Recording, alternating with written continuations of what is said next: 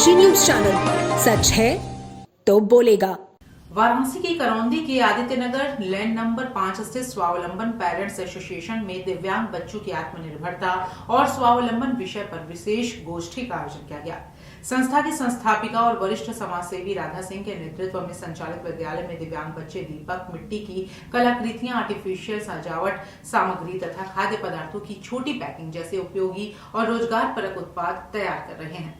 गोष्ठी में गतिविधियों को समाज और रोजगार से जोड़ने के मॉडल पर विस्तार से चर्चा हुई। कार्यक्रम के दौरान संस्था की संस्थापिका राधा सिंह ने बताया कि स्वावलंबन पेरेंट्स एसोसिएशन की स्थापना का मूल उद्देश्य समाज सेवा के साथ साथ दिव्यांगजनों को आत्मनिर्भर बनाना है।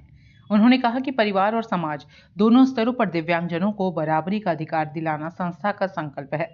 उन्होंने बताया कि संस्था एक ऐसा प्लेटफॉर्म उपलब्ध कराने का प्रयास कर रही है जहां दिव्यांग बच्चों को सार्वभौमिक विकास मिल सके।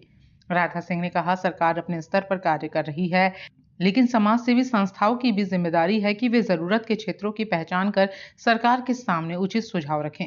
वाराणसी से श्री राम मंदिर में आयोजित धर्म ध्वजा पताका समारोह में शामिल होने के अनुभव साझा करते हुए राधा सिंह भावुक हो उठी।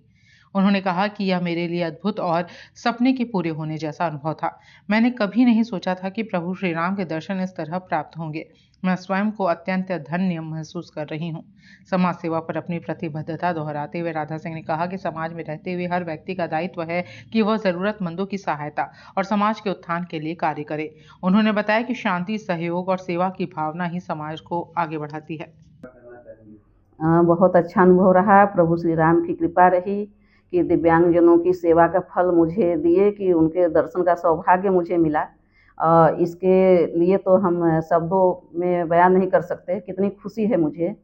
बहुत ही धन्यवाद है, बहुत ही आभार है जिन्होंने मुझे निमंत्रण दिया। मंदिर प्रशासन हो, प्रदेश सरकार हो, प्रभु श्री रामचंद्र जी को। जय श्री राम।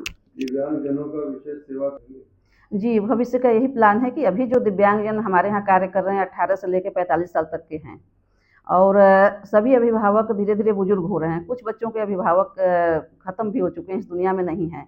उनके लिए बहुत बड़ी समस्या है कि घर वाले उनका देखभाल नहीं कर रहे हैं। तो ऐसे बच्चों के लिए यही है योजना हमारी कि आगे चल के एक ऐसे संस्था का गठन किया जाए जहां बच्चों को रहने की सुविधा हो, और जो दिव्यांगजन हैं उनके कोई अभिभावक, माता या पिता जो घर के कार्य से मुक्त हो चुके हों, वो उन बच्चों के साथ रहें ताकि ये बौद्धिक दिव्यांग बच्चों की देखभाल अच्छे से हो जाए।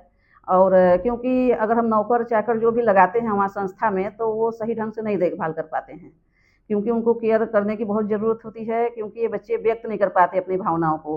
पूर्वांचल की खबरों से जुड़े रहने के लिए आज ही सब्सक्राइब करें हमारा YouTube चैनल डनकाशी, और हाँ, लेटेस्ट अपडेट्स के लिए बेल आइकन को प्रेस करना ना भूलें।